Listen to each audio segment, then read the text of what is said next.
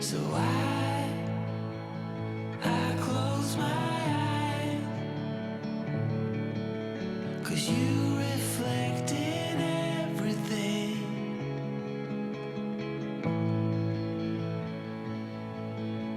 It's shining through the light in you.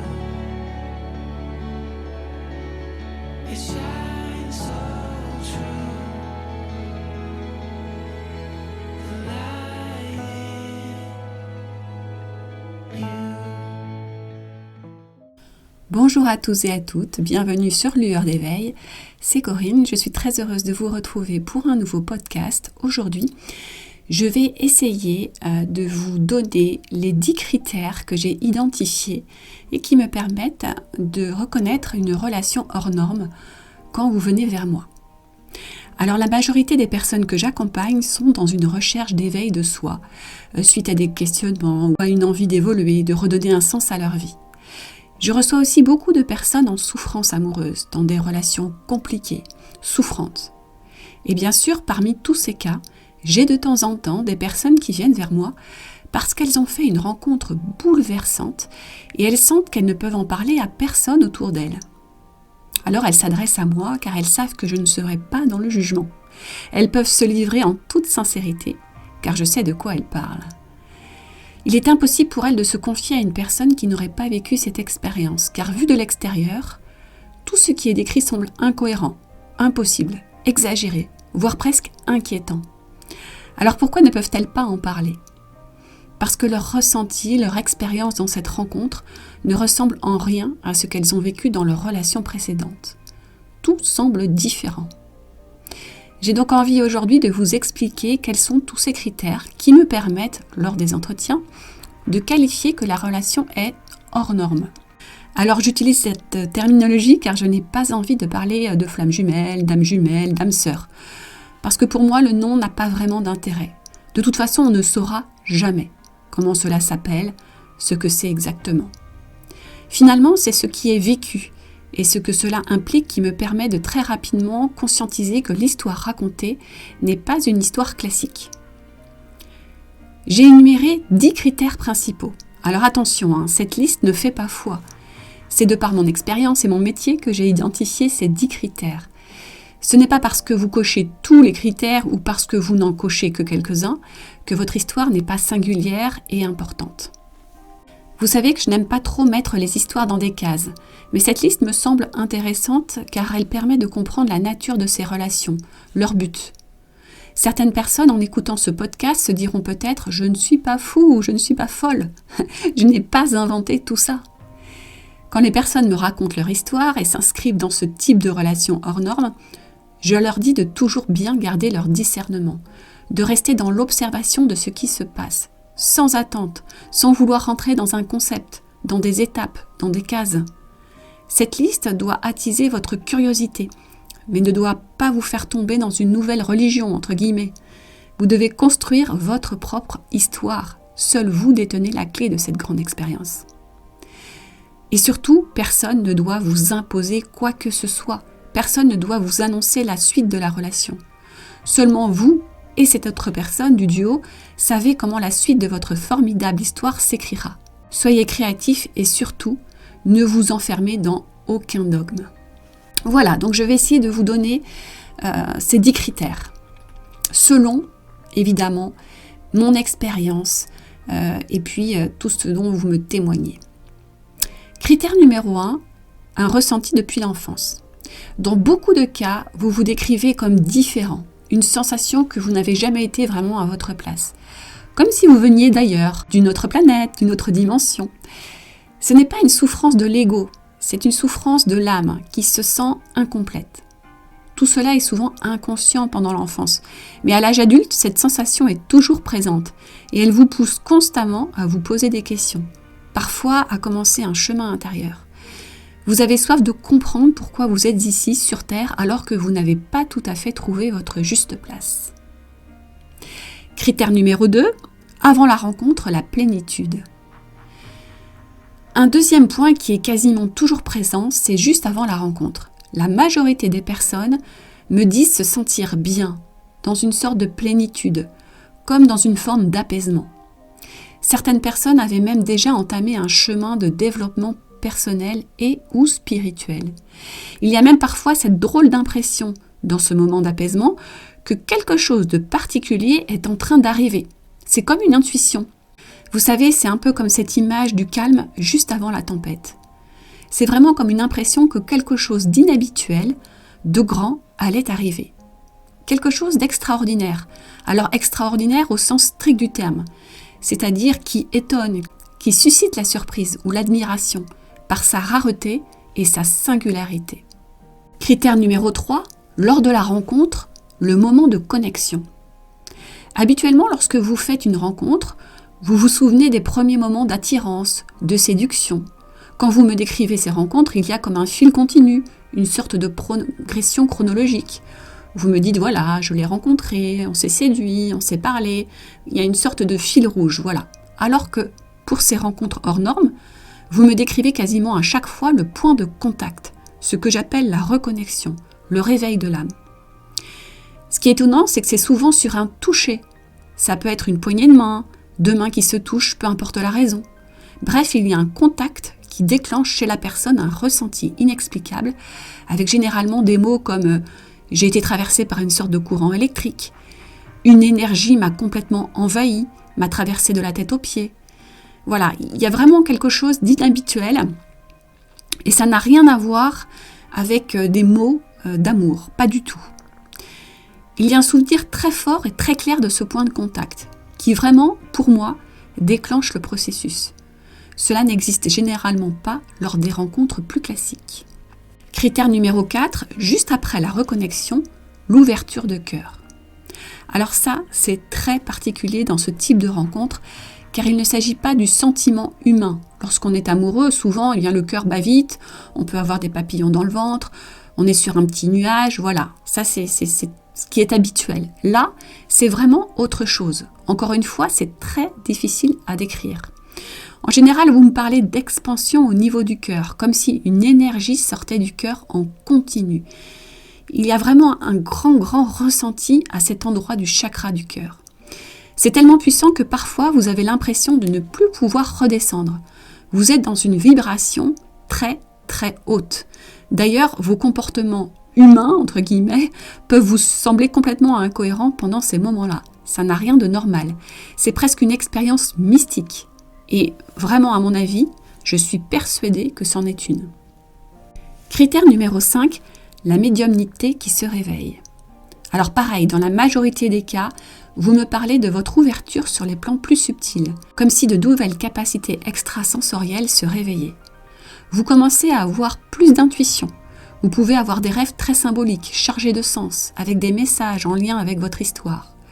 Parfois, ces rêves sont même prémonitoires. Vous voyez des signes, vous vivez des synchronicités. Vous pouvez ressentir un fort appel à soigner, à accompagner les autres. Vous êtes de plus en plus dans l'empathie. L'ouverture de cœur fait son office, tout doucement. Critère numéro 6, le sentiment d'être complet. Vous témoignez quasiment tous d'un même ressenti. Vous vous sentez complet avec l'autre. Vous allez me dire que ce ressenti, il est présent dès que l'on tombe amoureux, mais il ne s'agit pas tout à fait de la même chose. C'est un ressenti profond qui vient de l'âme. Ce n'est pas un sentiment de sécurité vécu sur le plan matériel. Souvent, dans les relations classiques, on peut sentir cette sécurité car l'autre correspond à nos attentes. Il coche beaucoup de cases, on peut se sentir écouté, apprécié. Mais là, dans le cas de ces relations hors normes, il s'agit plus d'une complétude au niveau subtil. C'est comme si l'âme se sentait enfin complète en présence de l'autre. C'est comme si depuis votre naissance, il vous manquait une part de vous-même et qu'enfin, vous l'aviez retrouvée. Critère numéro 7, les ressentis énergétiques. Contrairement aux relations classiques, vous ne me parlez jamais de séduction, de désir, d'attraction physique. Vous me parlez essentiellement de ressentis énergétiques. Donc là aussi, ça me met souvent la puce à l'oreille. Il s'agit d'un amour qui n'a rien à voir avec les précédentes relations que vous avez pu avoir. Même sur le plan charnel, lorsque cela existe, car parfois vous n'êtes pas allé jusque-là, vos mots sont différents. Vous ne parlez pas avec des mots habituels quand on parle de sexualité. Là, il y a comme une troisième énergie qui s'invite dans ces moments-là, comme une connexion à quelque chose de plus grand. Vous avez du mal à mettre des mots, cela vous interpelle. Vous ne voyez plus du tout la sexualité sous le même angle. Vous parlez plutôt de ressenti intérieur, d'énergie qui circule. Vous parlez de choses un peu mystiques. C'est étrange. Voilà, souvent, vous n'arrivez même pas à mettre des mots dessus. C'est un peu incompréhensible. Critère numéro 8, il y a généralement beaucoup de barrières et d'obstacles. Dans la grande majorité des cas, dans cette relation, il existe de nombreuses barrières, de multiples obstacles. Différences d'âge, de culture, de religion, de milieu social, et encore d'autres. Le but ici étant de faire tomber toutes les barrières pour aller vers l'amour inconditionnel. Dans une relation plus classique, trop d'obstacles, trop de différences ne permet pas de démarrer la relation. La raison l'emporte et les deux personnes du duo peuvent être d'accord pour ne pas continuer. Or, dans ces relations d'âme atypiques, l'amour partagé étant d'une autre nature que l'amour-sentiment humain, il n'y a jamais vraiment de rupture au niveau du lien. Un vrai cheminement se met en place et les obstacles insurmontables du début peuvent être franchis un à un pour ne laisser place in fine qu'à une seule chose, un amour sans condition.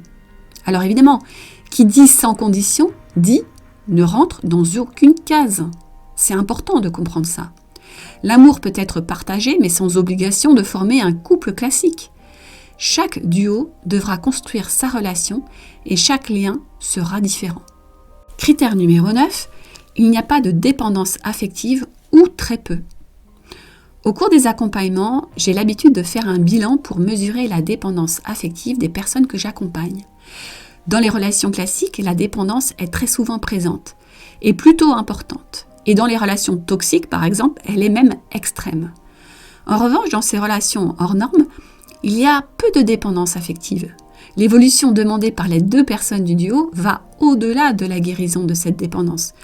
Il s'agit souvent d'un parcours initiatique qui a pour but de déconstruire l'ego pour laisser place à la nature véritable de la personne. Donc même s'il y a de la dépendance, parce qu'il y en a toujours un petit peu, on va dire qu'elle n'est pas du tout centrale. Le chemin les amène souvent, ces personnes-là, à travailler autre chose, des choses beaucoup plus profondes à l'intérieur d'elles-mêmes et qui leur fait vraiment démarrer un véritable chemin d'éveil de soi. Dernier critère, le critère numéro 10, une grande connexion avec le divin. Alors évidemment, tout dépend de l'avancement dans votre relation, mais j'ai remarqué que tôt ou tard, une connexion étroite avec le divin ou la conscience universelle, peu importe comment on l'appelle, se dessine peu à peu. En fait, l'amour inconditionnel qui est ressenti dans cette relation, l'ouverture de cœur, le développement des capacités extrasensorielles, la petite mort du personnage égotique ouvrent tout doucement la voie vers quelque chose de plus grand. Quand je vous écoute, vous me parlez souvent d'énergie christique, d'un appel à visiter des lieux sacrés. On voit qu'il y a une autre dimension qui s'installe au sein de la relation. Alors bien sûr, on pourrait dire que cela est lié un petit peu à cette nouvelle mouvance. On parle beaucoup de spiritualité à notre époque. Il y a beaucoup plus d'ouverture sur cette question-là. Mais je peux vous dire vraiment que certaines personnes qui viennent vers moi n'ont aucune connaissance de tout ça, ne sont pas du tout dans l'écoute de chaînes vidéo sur ce sujet, n'ont pas eu de lecture et pourtant elles me décrivent tous ces ressentis-là. C'est bien qu'il y a vraiment quelque chose qui se passe en elles. Il n'y a pas d'invention, il n'y a pas d'imagination. Voilà, donc j'avais vraiment envie de vous donner ces 10 critères. Alors bien sûr, comme je vous l'ai dit tout à l'heure, ce n'est pas une liste exhaustive, ce n'est pas la liste qui vaut pour tous les parcours, pas du tout. Mais ça vous permet peut-être aussi de vous y reconnaître, de trouver des points communs par rapport à votre propre histoire. Et surtout, notez bien qu'il n'y a rien d'écrit. Nous sommes tous différents, nous avons tous un lien différent. Et c'est vraiment quelque chose de très important à conscientiser. Surtout, soyez très ouverts sur ce parcours-là. Si vous vous reconnaissez dans ce type d'histoire, vous devez vraiment être dans une grande ouverture vers un parcours qui va vous emmener quelque chose de grand, mais avec un objectif individuel au départ. N'ayez aucune attente par rapport à cette histoire. Soyez vraiment dans l'accueil de ce qui va se passer. Il s'agit là vraiment d'un parcours de foi. Vous pouvez beaucoup vous fier à votre intuition, à votre ressenti intérieur. Et surtout, encore une fois, ça je le répète souvent, ne vous comparez pas aux autres. Nous sommes tous différents. Voilà, je vais en rester là pour ce podcast. Je vous dis à très bientôt. Encore merci pour votre écoute. Et puis voilà, surtout, cheminez en conscience et allez vers les bonnes personnes. Voilà, quand vous vous sentez appelé, allez vers les bonnes personnes si vous avez besoin justement d'un petit coup de main ou d'être accompagné. Écoutez votre ressenti intérieur. Comme je dis toujours, il n'y a jamais de hasard. À bientôt! So I close my eyes, 'cause you reflect in everything.